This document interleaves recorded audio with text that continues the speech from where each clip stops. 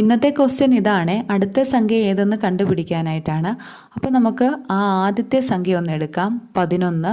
അടുത്ത സംഖ്യ 14ആണ്. ഈ 11ൻ്റെ കൂടെ എന്ത് ചെയ്യുമ്പോഴാണ് 14 കിട്ടുന്നത്? അറിയാം, 3 കൂട്ടുമ്പോഴാണ്.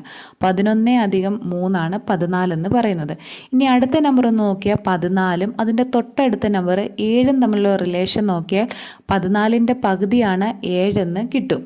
അതായത് ആദ്യത്തെ നമ്പർ 11 ഒരു ഒറ്റ സംഖ്യയായിരുന്നു. ഒറ്റ സംഖ്യയുടെ കൂടെ 3 കൂട്ടിയപ്പോൾ 14 കിട്ടി. 14ൻ്റെ പകുതി, അതായത് 14 എന്ന് പറയുന്നത് ഒരു ഇരട്ട സംഖ്യയാണ്.